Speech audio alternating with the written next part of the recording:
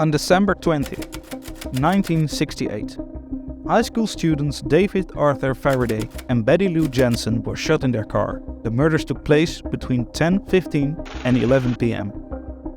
It appeared that Jensen had exited the car first, but when Faraday was halfway out, the killer shot him in the head. The killer then shot Jensen 5 times in the back as she fled. This was the first murder committed by the notorious serial killer known as the Zodiac. Covered some kind of death factory. The Unabomber. He began his reign of terror almost 18. His name is John Wayne Gacy, convicted of killing 33. At least one of them was raped. Then he brutally beat 3 more sleeping co-eds.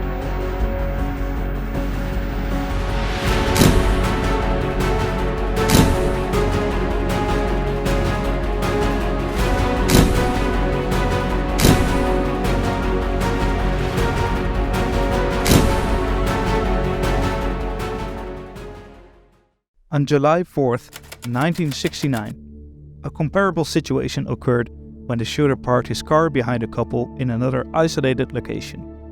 This time at the Blue Rock Springs golf course, a few miles away from the previous crime scene.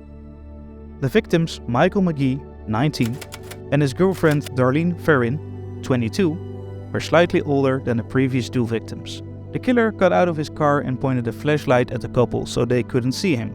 Mistaking him for a police officer, the couple retrieved their IDs, but were met with gunfire as soon as he reached the driver's side. The killer discharged 5 rounds into the car before calmly walking back to his own vehicle.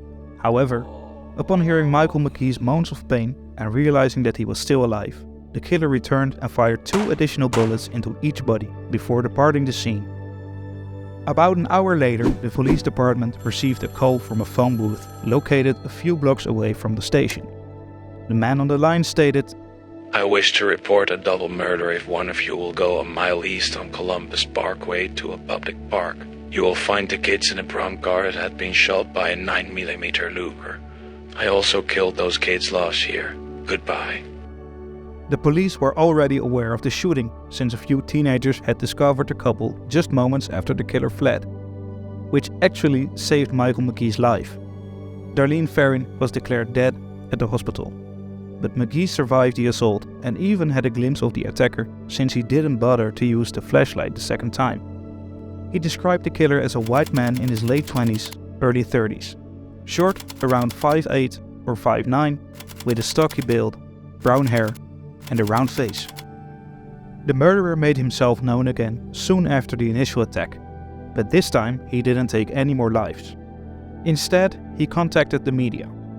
3 newspapers from the Bay Area received letters from the killer on August 1st, less than a month after the attack on McGee and Ferrin.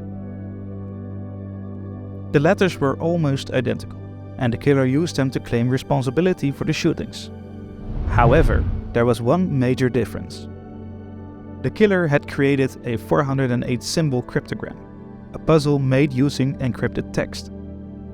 He divided it into 3 parts and sent each newspaper 1 piece, claiming that solving the cryptogram would reveal his identity.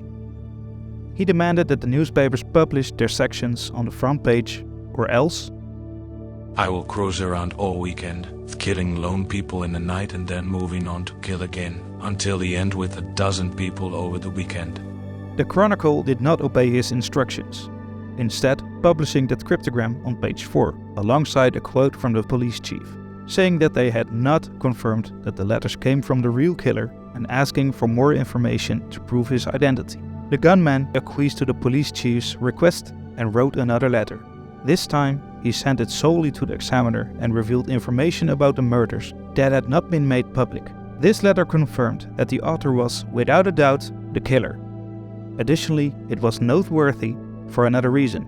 It opened with the ominous phrase, "Dear editor, this is the Zodiac speaking." He gave himself a name that would later become infamous in criminal history. He also began using the cross symbol as his signature, making him possibly the only serial killer with a personal logo. Going back to the cryptogram, usually referred to as the Z408 cipher, it actually didn't take long for somebody to crack it. Only a week after it was published, a pair of amateur cryptographers, Donald and Betty Harden, contacted the San Francisco Chronicle to say they had solved it. However, the solution didn't provide the major breakthrough that investigators had hoped for. The Zodiac did not reveal his identity in the message, despite his early promise. Instead, he talked about how he enjoyed killing and that he planned to continue to do it so that his victims would become his slaves when he is reborn in paradise, and that giving his name will only slow him down. After his brief interaction with the media, the Zodiac did not remain idle for long, and in the following month he continued his killing spree.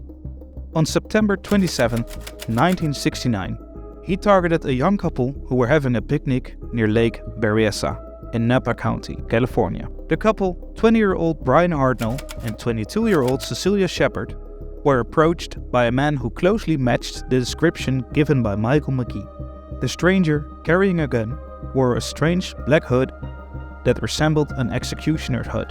The hood had the Zodiac crosshair symbol on the front, and the killer completed his disguise with a pair of sunglasses. The Zodiac informed the couple that he was a fugitive and only intended to steal their car and rob them, which may have caused them to relax a bit as they were being bound. However, as soon as they were restrained, the killer took a knife and repeatedly stabbed them.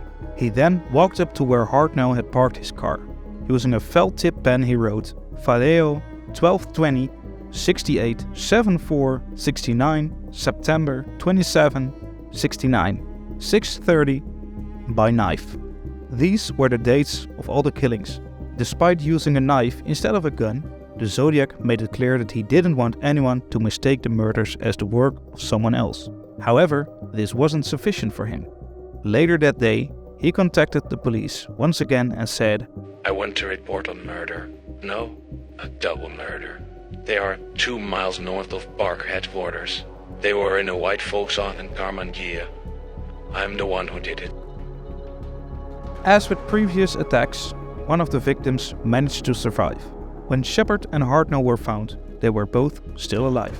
However, Shepard later died from her injuries, while Hartnell was able to recover. The Zodiac's final known killing occurred in the heart of San Francisco 2 weeks later. On October 11th, a cab driver named Paul Stine was murdered while on the job. The suspect was a white man who matched previous descriptions of the Zodiac. He hailed Stine's cab and requested to be driven to Presidio Park. Once they arrived, the passenger shot Stine in the head and took his keys, wallet, and a piece of his shirt. Multiple witnesses saw the killer leaving the scene and provided a description. The crime was so different from the Zodiac's previous attacks that authorities initially believed it was a simple robbery gone wrong. As soon as the killing stopped, Zodiac's communication with the media increased. He sent over 24 letters in the following years. His next one arrived at the San Francisco Chronicle, just a few days after Stine's death, alongside a piece of the cab driver's shirt to prove that he was the killer. Zodiac also mocked the San Francisco Police Department for its inability to catch him and ended the letter with an ominous threat. He said, School children make nice targets. I think I shall wipe out a school bus some morning. Just shoot out the front tire and then pick off the kiddies as they come bouncing out. The Zodiac never acted on his threat, which was fortunate. However, his statement succeeded in causing widespread fear and disruption in the city, to the point where there were discussions about shutting down schools entirely. Investigators were beginning to realize that the Zodiac was motivated by fear and attention he generated from the public. It's possible that he derived more pleasure from this than from the act of killing itself.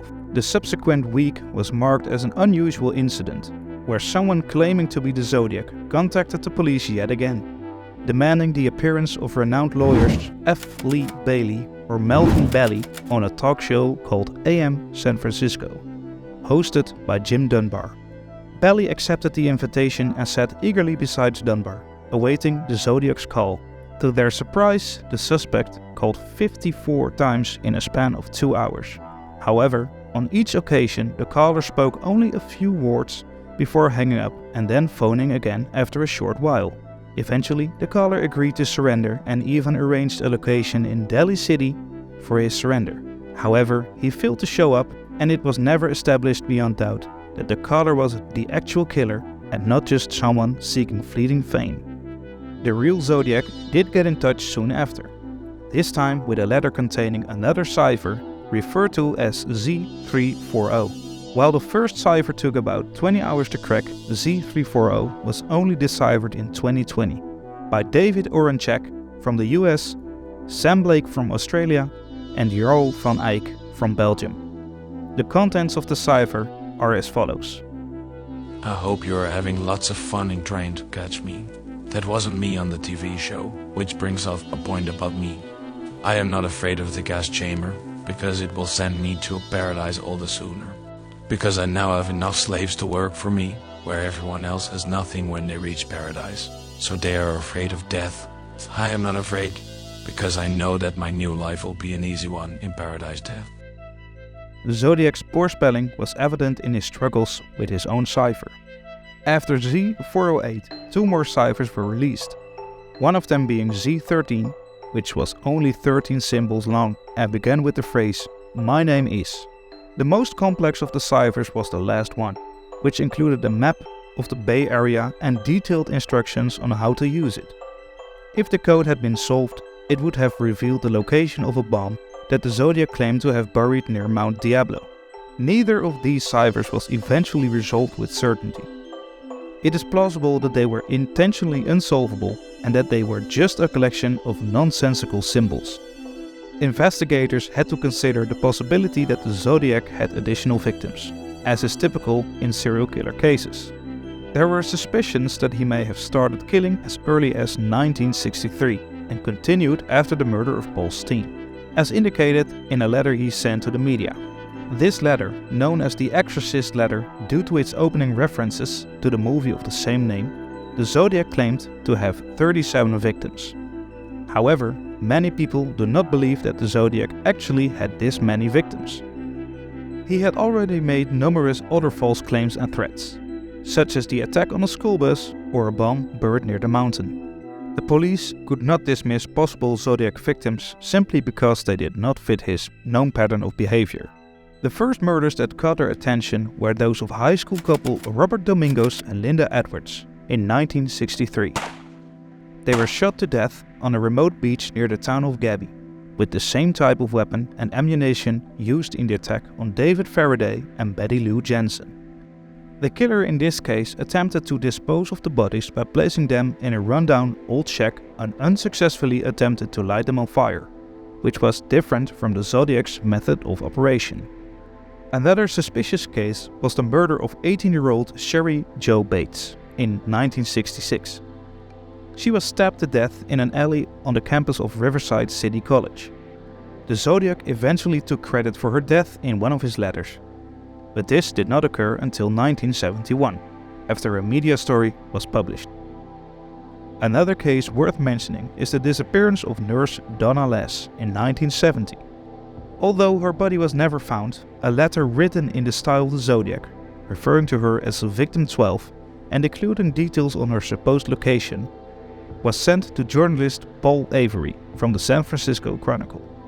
It is possible that the Zodiac was responsible for Les's disappearance, but it is also possible that he was simply trying to take credit for something he didn't do to enhance his reputation. A third and intriguing possibility is that the letter was actually written by the real killer, who deliberately imitated the style of the Zodiac in order to divert suspicion away from himself. The central question remains: who was responsible for the Zodiac murders? Despite more than 2,500 suspects being investigated over the years, no one has ever been arrested or charged. One particularly prominent suspect was Arthur Lee Allen, a convicted child molester who resided in Vallejo. Author and former Chronicle cartoonist Robert Graysmith, who extensively researched the case, also identified Allen as the killer. Evidence pointed towards Allen, including his ownership of boots and a watch similar to those of the Zodiac, and the surviving victim's identification of him from a photo lineup. However, the identification occurred years after the attack, and the DNA test conducted in 2002, which was initially believed to exonerate Allen, was later deemed inconclusive. The issue with using DNA in this case is that there are no viable and reliable samples. Law enforcement officials in the 1960s and 1970s could not have predicted the significance that DNA evidence would have in future investigations, leading to the mishandling and contamination of evidence. However, there was a glimmer of hope when the Golden State Killer was identified using a genealogy website a few years ago, prompting investigators to resubmit Zodiac-related evidence for analysis to obtain a complete DNA profile. Although this happened in late 2018, no new updates were provided, and it is possible that the analysis was unsuccessful. Nevertheless, many individuals continue to believe that Arthur Lee Allen, who passed away in 1992 from a heart attack, was indeed the Zodiac. The latest individual suspected of being the Zodiac Killer is Gary Francis Post. He was named as the killer in a news release by a group of 40 detectives and specialists, called the Casebreakers. However, some experts who specialize in the Zodiac case have already rejected this theory, stating that they do not believe Post was the killer. Post passed away in 2018 at the age of 80 in Groveland, California. Other specialists in the Zodiac case are already questioning the hypothesis that Post was the killer. There are so many unanswered questions left. Did the Zodiac stop killing? Why did he stop the letters?